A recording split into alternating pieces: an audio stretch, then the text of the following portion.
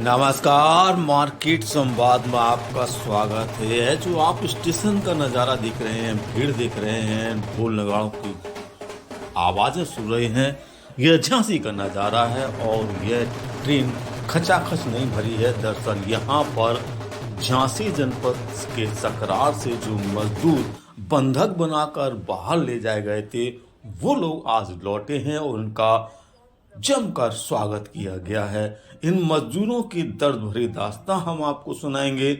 इनके लिए किस प्रकार से पूर्व केंद्रीय मंत्री प्रदीप जैन ने प्रयास किए, वो भी हम आपको सुनाते। मेरा सन्नु बानो कहाँ से लिया था, कहाँ से क्या है? हमको सकरार से ले गया था। प्रदीप, वो क्या नाम उसका, ठेकेदार ले गया था। महाराष्ट्र का था वो। उसने बोला था हमको कि हम इंदौर ले जाएंगे, 400-500 रुपए दिन देंगे आपको दहाड़ी। और वहाँ से लेके महाराष्ट्र में हमको उसने धोखे से काम करवाता रहा और पैसे आप रखता रहा और हमसे बोलता रहा पैसे इकट्ठे मिलेंगे आपको। हमने सोचा कि चलो मिलेंगे, धीरे धीरे काम करते रहे। वहाँ से हमको छूट नहीं मिला है। हमने बोलता रहा और मारने की धमकी देता रहा, अगर तुम कहीं जाओगे तो मारेंगे हम लोग। हम लोग सब जैसे लेबर वाले हैं तो वो परेशान तो होंगे, खर्चे पाने के लिए परेशान हुए हम लोग। फिर कही के चलो अभी काम करोगे, तैयारी करो और आपको चलना है दूसरी साइड पे काम के लिए। हमने सोचा कहीं अच्छी जगह, बोले इंदौर साइड चलना है, तो हमने वहाँ से हम लोग तो निकल लेंगे। फिर जो सीधा उसने वहाँ ट्रैक्टर में बैठाया और सीधा ले गया हमको कर्नाटक में। उसने गन्ना का काम करवाता रहा, कटवाता, किसी पे नहीं बनता। हम लोगों ने कभी किया नहीं है ये काम, वो करवाता रहा मेहनत हम लोगों से। नाबालग बच्चा भी काम करवाते रहे, झुग्गिन पे रखने के लिए ले गए थे बच्चे को, जो उनसे भी काम करवाता रहा हम लोगों से। कितने लोग थे ऐसे आप लोग? हम 70 थे पूरे काम करने वाले। वो बच्चे थे वो अलग हैं, 100 नहीं आ पाए। वो बंदी ऐसा बना रखा था उसने हमको कि निकलने की हमको नहीं मौका मिला है। फिर हमको मेरा पति निकल के आया है वहाँ से चोरी से। हाँ, मेरे पति का नाम है नसीब खान।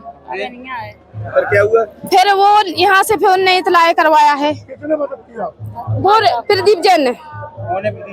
प्रदीप जैन ये कांग्रेस के नेता हैं। उन्होंने हम लोगन की व्यवस्था है कि हर जगह पे खाना पीना की।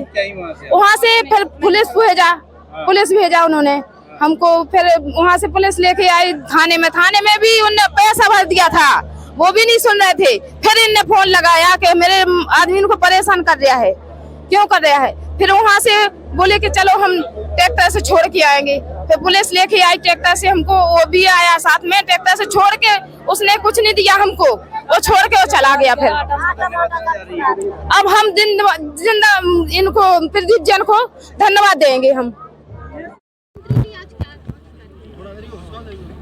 शौर्य पराक्रम और वैभव की माटी पर एक कलंक लगने जा रहा था। यहाँ के 70 मजदूरों को काम दिलाने के बहाने ठेकेदार पहले इंदौर की कह के ले गया, फिर इसने महाराष्ट्र में पूना के पिंपड़ी में 2 महीने तक काम कराया। उसके बाद कर्नाटक के बेलगाम में इनको बंदी बना के रखा था। हमारे पास ये सूचना आई अखंड भाई के माध्यम से और समाचार पत्रों के माध्यम से। हम सकरार गए, इनके परिजन बहुत रो रहे थे। ऐसा लग रहा था जैसे इनका सब कुछ लुट गया। मैंने इस माँ की सौगंध खाई, इस माटी की। मैंने कहा मैं इनको छुड़वाने में अपनी जान लगा दूंगा। ईश्वर की कृपा थी। वहाँ के विधायक गणेश कुमार, उनसे बात हुई। उन्होंने एसपी से कहा, हमने भी एसपी साहब से बात की और एसपी साहब ने लाइव होके पूरे गांव वालों के परिजनों के सामने कहा कि हम 24 घंटे में इनको रिहा करा देंगे। वो रिहा हुए, लेकिन इन लोगों में बहुत डर था, खौफ था। सामान नहीं उठाया इन्होंने। फिर अगले दिन उन्होंने सामान उठाया। वहाँ दरोगा अभिजीत थे। इन लोगों को डर था कि कहीं ठेकेदार तो अंदर है हवालात में, लेकिन बाहर आके उसके आदमी हमें रोक ना लें। अगले दिन ही ये लोग ट्रेन में, चूँकि इनका सामान बहुत था, इनसे गोवा एक्सप्रेस छूटी। खाने की समस्या थी, लेकिन बुंदेली माटी को चाहने वाले हमारे सब लोग हर जगह हैं। पहले डॉक्टर नेमिनाथ जैन ने वहाँ पर इनके भोजन की और पैसे की व्यवस्था की किराए के लिए। उसके बाद पूना के अंदर अभय जैन, जो वहाँ विधानसभा का चुनाव लड़ चुके, उन्होंने भी इसे पुण्य समझा। उसके बाद भोपाल में गुड्डू जैन और यहाँ ललितपुर के अंदर सोनू शर्मा ने आगे बढ़कर इनको सारी व्यवस्था कराई और आज सारे लोग शहर उमड़ कर आया है कि हम इनसे संकल्प भराएंगे। कल हम जाएंगे 10 बजे कि बुंदेलखंड से किसी भी माँ, बहन, बेटी और भाई को दरबदर की ठोकरें खाने के लिए पलायन नहीं करने देंगे। इनके लिए चाहे हमें सरकार की छाती पे चढ़ना पड़े, चाहे लोगों के सामने झोली फैलाना पड़े, लेकिन इनको काम यही मुहैया कराएंगे। हमने भाई भानु सहाय जी से और उनके निर्माण मोर्चा से भी कहा है कि आप इस मुद्दे में आगे बढ़ के हमारा सहयोग करो।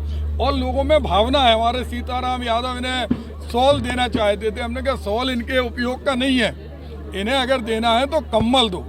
पूरे रास्ते भर लोगों ने इन्हें परिवार का सदस्य समझा।